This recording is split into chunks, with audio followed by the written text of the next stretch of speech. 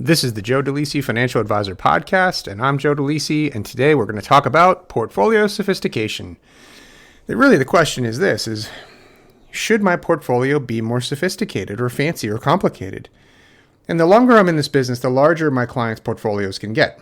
And so time and just compounding, they're truly a wonderful thing, but I've noticed a shift away from, at least with some of my larger clients, their fears of not having enough to fears of not doing enough. You know, when you're just starting out in your investing career, you typically are younger and you're looking down the road and thinking, oh my gosh, I may never make it. I may never have enough money to actually retire or send my kids to college or whatever it is that you're trying to do. But, you know, once you're a little bit more successful, you don't worry about that. Now it's the opposite end of the spectrum saying, again, am I doing enough? And so my clients will ask things, they'll ask about things like private equity, or private debt, or structured notes, or conservation easements, and on and on and on. And it's really just what I like to call getting sophisticated. And sometimes it's really what I like to call just getting fancy. And it really begs the question, is it true that high net worth investors should have sophisticated or fancy and complex portfolios? And my answer is, in many cases, and in a lot of cases, no.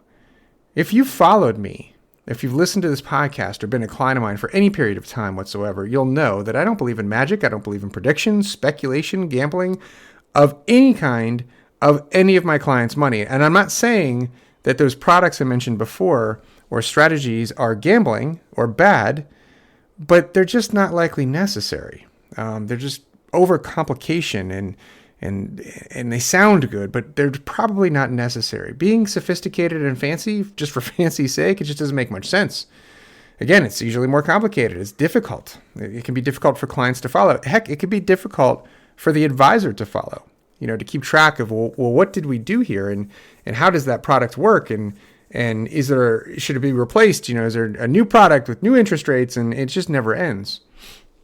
And for my own family portfolio, I'll just tell you, and again, this doesn't mean that you should do the same, but just for illustrative purposes, I invest the exact same way that I do for my clients. No matter how much I grow my own wealth, the mix of equities and bonds may be different, depending, of course, on time horizon and risk tolerance and whatnot. But the construction of the portfolio is rather elegant and rather simple.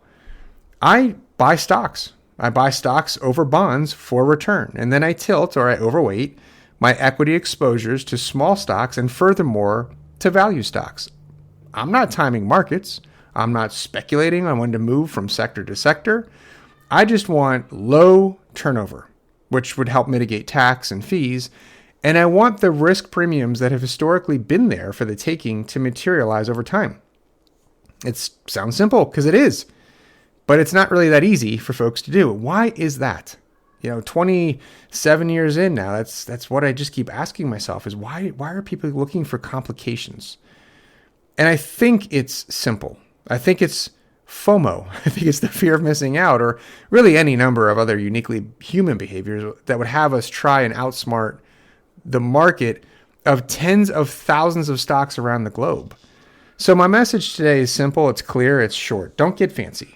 Consider buying stocks. Consider diversifying globally. Consider the tilts that we just talked about to small companies and value companies, and then mix in high quality, short-term fixed income to help reduce the volatility. And then let time do the work. No, you probably don't need private equity. As cool as that sounds, or private debt.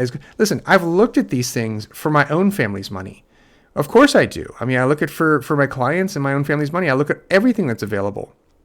And I got to tell you, the harder I look at these things, the more I see over and over, it's complication, in my opinion, for complication's sake.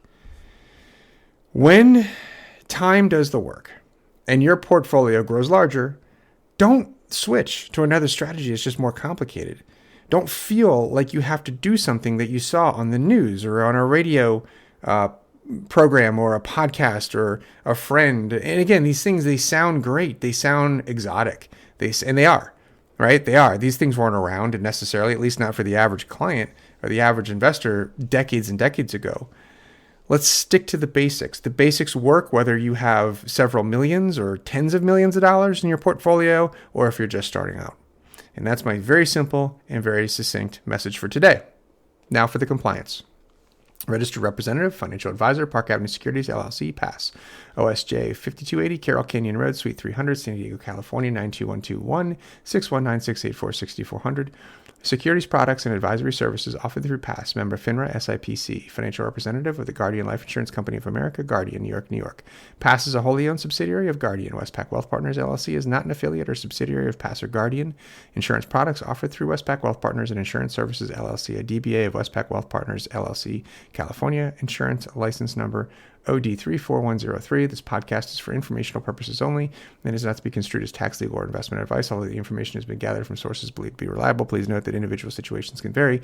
Therefore, the information should be relied upon only when coordinated with individual professional advice. Guest speakers and their firms are not affiliated with or endorsed by PASS, Guardian, or Westpac Wealth, and opinions stated are their own. Guardian and subsidiaries, agents, and employees do not provide tax, legal, or accounting advice.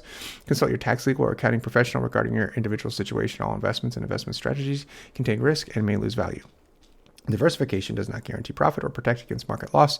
Equities may decline in value due to both real and perceived general market, economic, and industry conditions. This material is intended for general use. By providing this content, Park Avenue Securities, LLC, and your financial representative are not undertaking to provide investment advice or make a recommendation for a specific individual or situation or to otherwise act in a fiduciary capacity. Past performance is not a guarantee of future results. Indices are unmanaged and one cannot invest directly in an index. 718-444-81 expires 10/2006. Also, investing in the bond market is subject to certain risks, including market interest rate, issuer credit, and inflation risk.